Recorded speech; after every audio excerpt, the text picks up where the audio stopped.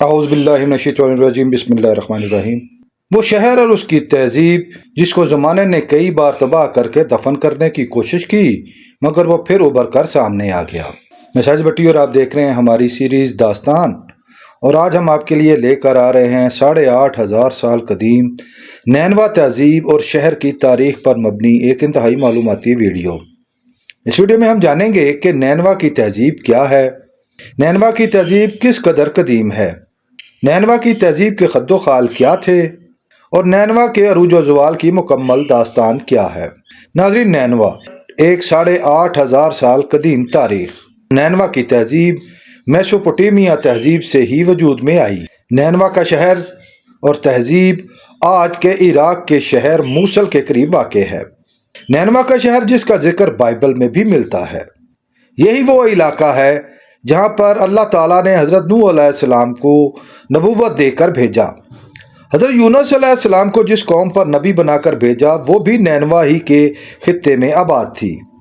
اگر یہ ویڈیو آپ کو پسند آ رہی ہے تو اس کو لائک کیجئے، شیئر کیجئے اور مزید معلوماتی ویڈیوز حاصل کرنے کے لیے چینل کو سبسکرائب کر لیجئے اور بیل آئیکن کو دبائیے۔ آشوریوں نے 11ویں صدی عیسوی میں نینوا کو اپنی حکومت کا دارالحکومت بنایا۔ نینوا اس زمانے کا دنیا کا سب سے بڑا شہر تھا۔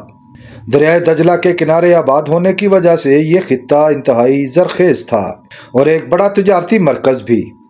نینوا اپنے زمانے کی ایک طاقتور ریاست تھی۔ زمانہ عروج میں نینوا کی حدود شمال میں ارمنی کی پہاڑیوں سے لے کر جنوب میں بابل تک، یعنی 280 میل لمبائی اور 200 میل چوڑائی تک پھیلی ہوئی تھی۔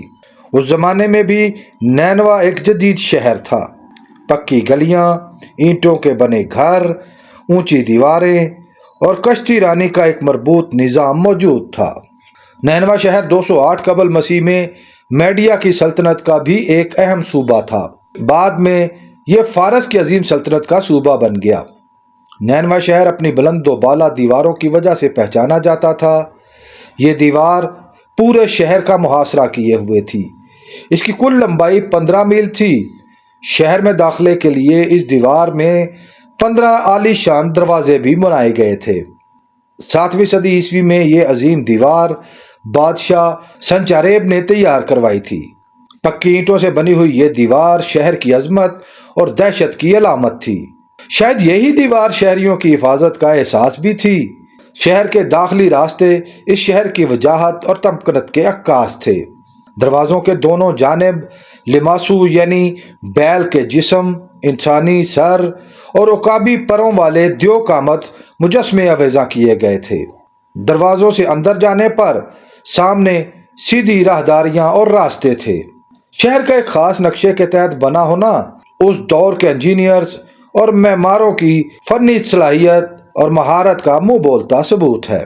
شہر کے مرکزی حصے میں بڑے بڑے شاہی محلات بھی تعمیر کیے گئے تھے۔ شہر کی دیواروں پر بنائے گئے نقوش اس دور کے طرز زندگی، طرز حکمرانی اور ریاستی جبر کی منہ بولتی تحریریں ہیں۔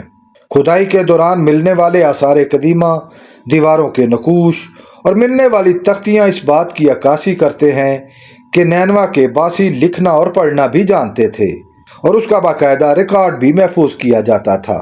شہر کی دیواروں پر کندہ تصویریں جہاں ایک تاریخی کتاب کی طرح کھلتی ہیں، وہیں ابھرے ہوئے نقوش دشمن پر رعب اور نفسیاتی برتری کا ذریعہ بھی تھے۔ حکمرانوں نے اس شہر کو اس انداز میں بنایا تھا کہ کوئی اس کی تباہی کا سوچ بھی نہ سکے۔ اشوری سلطنت کے شہنشاہ اشور بنی پال ایک طاقتور اشوری حکمران تھا۔ اس نے اس شہر کو تقریباً ناقابل شکست بنا دیا تھا۔ اس زمانے میں نینوا شہر عبادت گاہوں سے بھرا پڑا تھا۔ اسی طرح نینوا شہر بھی اس زمانے کا ایک بڑا مذہبی مرکز تھا۔ شہر کے لوگ دیوی اشتر کی پوجا کیا کرتے تھے۔ یہ دیوی نینوا شہر کی پہچان تھی۔ بعض مورخین کا ماننا ہے کہ بابل میں موجود حیران کن معلق یعنی لٹکے ہوئے باغات بھی دراصل نینوا میں ہی موجود تھے۔ نینوا کے لوگ پڑھنا لکھنا جانتے تھے۔ اس کا ایک واضح ثبوت یہ ہے کہ 668 قبل مسیح میں اشور بن پال نے اپنے دور حکومت میں تمام سرکاری ریکارڈ کو مٹی کی تختیوں پر محفوظ کیا، اور ان تمام تختیوں کو ایک لائبریری میں محفوظ کیا گیا۔ نینوا کے کھنڈرات کی کھدائی کے دوران ایسی ہزاروں تختیاں بھی ملی ہیں۔ ہر حکمران نے یہی سمجھا تھا کہ شاید نینوا کا شہر ناقابل تسخیر ہے اور کبھی اس کو کوئی فتح نہیں کر پائے گا، مگر انہیں کیا معلوم تھا کہ تقدیر کچھ اور ہی منصوبہ بندی کر رہی تھی۔ 612 قبل مسیح میں بابل کے حکمران بخت نصر اور میڈیا کے حکمران سیاکریس نے نینوا کے خلاف آپس میں اتحاد کر لیا اور پھر مشترکہ افواج نے نینوا کا محاصرہ کر لیا۔ یہ محاصرہ دنوں یا ہفتوں پر نہیں بلکہ سالوں پر محیط تھا۔ نینوا کی فوج نے بھرپور طور پر دفاع کیا۔ نینوا کی دیواریں انتہائی بلند اور مضبوط تھیں۔ ان دیواروں پر کئی مرتبہ حملے کیے گئے مگر دیواروں کو توڑا نہ جا سکا۔ پھر قدرت نے اتحادی فوج کا ساتھ دیا۔ ایک بڑا سیلابی ریلا آیا جس سے حفاظتی دیواروں کی بنیادیں زمین میں دھنسنا شروع ہو گئیں۔ اوپر سے شدید گولہ باری بھی کی گئی جس کی وجہ سے دیوار کا ایک حصہ گر گیا اور فوج کے لیے راستہ بن گیا۔ اتحادی فوج شہر میں داخل ہو گئی۔ شہر کے اندر کا منظر ہی اکثر بدل چکا تھا۔ اندر ہر طرف تباہی، آگ، چیخ و پکار اور راکھ کے ڈھیر تھے۔ بڑی تعداد میں فوجیوں کو قیدی بنا لیا گیا۔ جو زندہ بچ گئے وہ عبادت گاہوں میں جا چھپے۔ بعد میں ہونے والی کھدائی کے دوران معلوم ہوا کہ اکثر لوگ گھروں کے ملبے تلے دب کر ہی فوت ہوئے اور پھر وقت نے اس پر مٹی ڈال دی اور یہ تہذیب اپنی یاداشتوں سمیت زمین تلے دب گئی۔ مگر قدرت نے اس قدر طاقتور تہذیب کو دنیا کے سامنے آشکار کرنے کا فیصلہ کر لیا۔ 1842 عیسوی میں مقامی لوگوں کو کھدائی کے دوران چند عجیب و غریب تختیاں ملیں جن پر نامعلوم تحریر درج تھی اور اس پر جانوروں کی تصویریں بھی بنی ہوئی تھیں۔ یہ کھنڈرات تلکوینجک میں ملے۔ فرانسیسی جغرافیہ دان ایمیل بوٹا کو وہ تختیاں دکھائی گئیں۔ پھر سرکاری طور پر اس علاقے کی کھدائی شروع ہوئی تو ایک گم شدہ تاریخ ابھر کر سامنے آ گئی۔ جیفری سیمنز نے اس تاریخی خزانے کو تاریخ کی ایک بند کتاب لکھا ہے۔ جوں جوں کھدائی ہوتی گئی شہر ابھرتا اور نکھرتا گیا۔ 1638 عیسوی میں یہ خطہ خلافت عثمانیہ کے تحت ترکی کا حصہ رہا۔ سن 2000 میں عالمی ادارے یونیسکو نے نینوا کے آثار قدیمہ کو عالمی ورثہ قرار دے دیا۔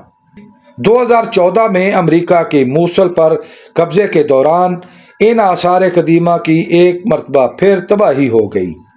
ناظرین، تاریخ سنتے اور پڑھتے تو سبھی ہیں مگر تاریخ کو محسوس کرنا اصل تاریخ شناسی ہے۔ حالات بار بار اس تہذیب کو مارتے رہے مگر یہ تہذیب پھر زمین کی تہوں سے نکل کر اپنی عظمت رفتہ کی داستان بیان کرتی ہے۔ امید ہے آپ کو ہماری یہ کاوش پسند آئی ہوگی۔ بہت جلد ہم ایک نئی معلوماتی اور دلچسپ ویڈیو لے کر آپ کے سامنے حاضر ہوں گے۔ اگر آپ اس ویڈیو کے بارے میں اپنی کوئی رائے دینا چاہیں تو کمنٹ باکس کا استعمال کریں۔